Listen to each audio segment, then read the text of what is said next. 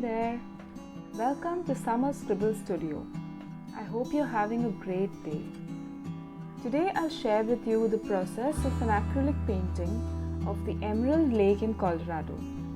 I have used a photograph clicked by my cousin as a reference for this painting, and I'll walk you through my process along with some useful tips. I'm painting on a 300 GSM matte textured watercolor paper using acrylic paints and some of my most shabby looking old brushes. I'll explain why I'm using them and when you should and shouldn't discard your old brushes. Do watch it to the end to see how the details add magic to the painting, and do share your feedback in the comments below. Step 1 is probably the most important step in a painting. Start somewhere. A blank page is always intimidating. The easiest way to start is to make a really rough pencil sketch and then block in your colors. For this painting, I started with the sky as it's the layer furthest away from the viewer. Then we move on to the shadows of the mountains. For the mountains, I have used Prussian blue, and because it's at a distance, I don't want it to be too bright. So I'm mixing it with Van Dyke brown to desaturate it. The paint I'm using is pretty diluted so that it's easier to spread and also blends smoothly. On the sides of the mountains that are facing the sun, I'm using a warm yellow mixed with white and brown. At this stage, you don't want to spend too much time on the details, especially for an element that is far away. The blurriness helps define the distance.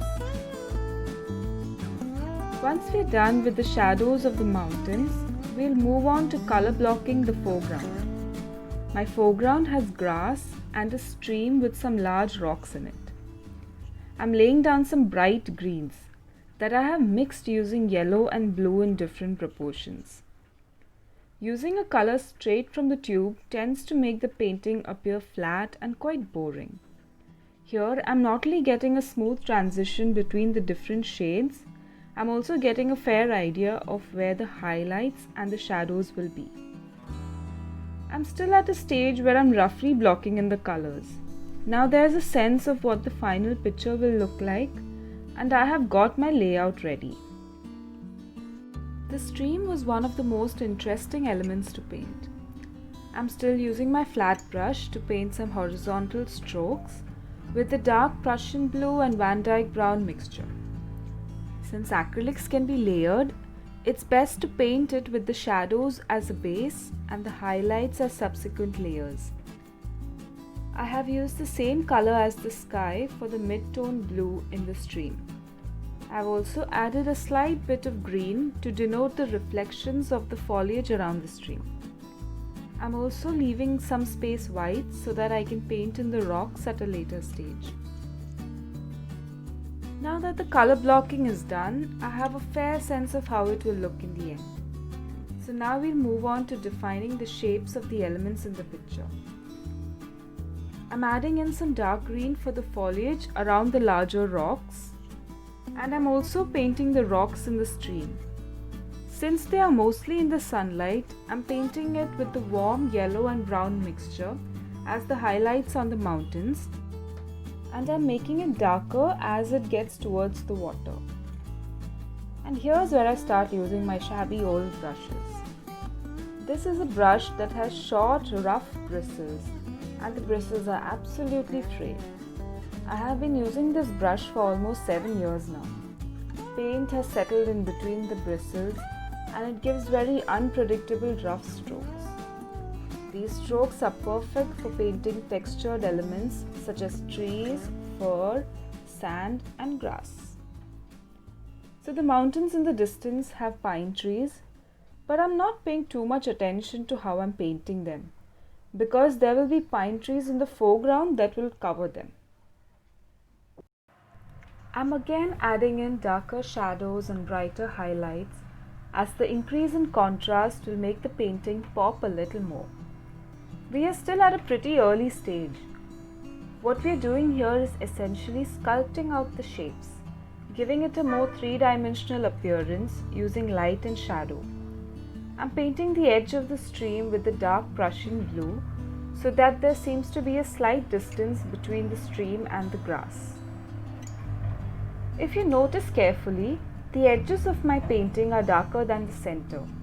I'm using the contrast to draw in the viewer's eye to the brighter parts of the painting. I'm adding more grass, this time getting a little more detailed strokes than the flat brush I had used initially.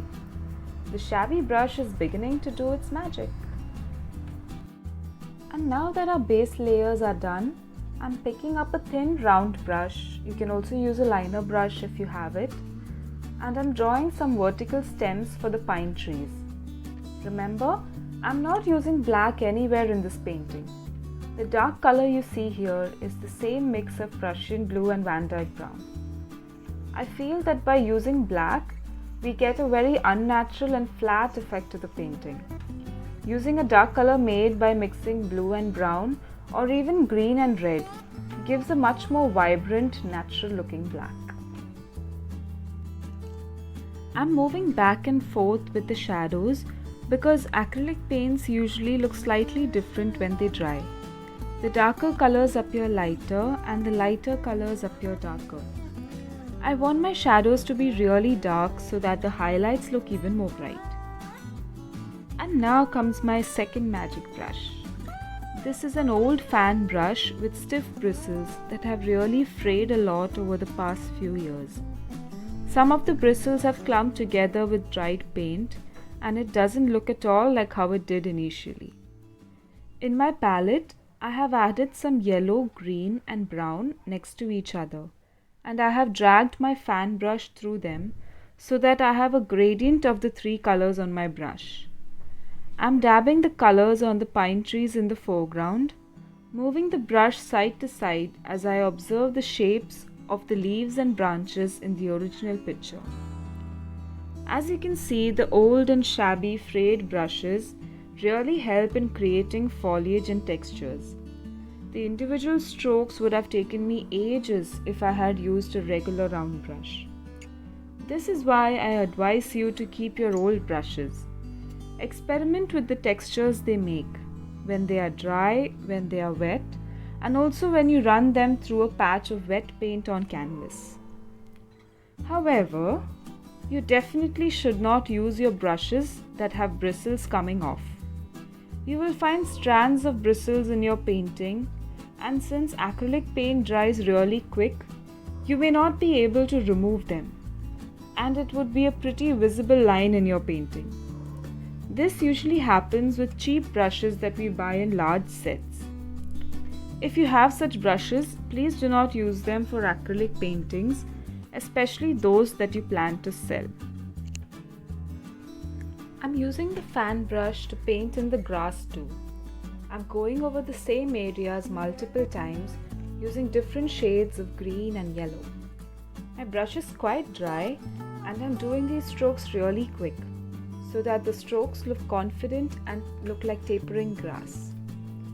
I'm also adding a bit of orange in parts of the foliage to give a slightly more warm appearance. The more of these strokes we add, the more lush the grass looks. Once the base layers of my pine trees are dry, I'm adding in some more highlights of light green and yellow. I'm adding some highlights to the stream using white, and the more strokes I add to it, the more movement it denotes. If I had to paint a pond or a calm lake, I would have painted it with a flat wash, adding just a few highlights on top. Here I'm using multiple layers and colors, giving it the appearance of a moving stream. I'm switching to my thin round brush now to work on some details, like the blades of grass that are closest to the viewer, some of the shadows of the rocks, and the grass that's close to the edge of the stream. To make it a bit more interesting, I'm going to be painting in some dots to show small white flowers. I'm also splattering some white paint on to show even smaller flowers. Now that these details are done, I'm quite happy with how the painting has turned out. This took me an hour and a half to paint, and I thoroughly enjoyed painting it. If you liked this video and found it helpful, please do like, share and subscribe to my channel Summer Scribbles Studio. I hope to see you again soon.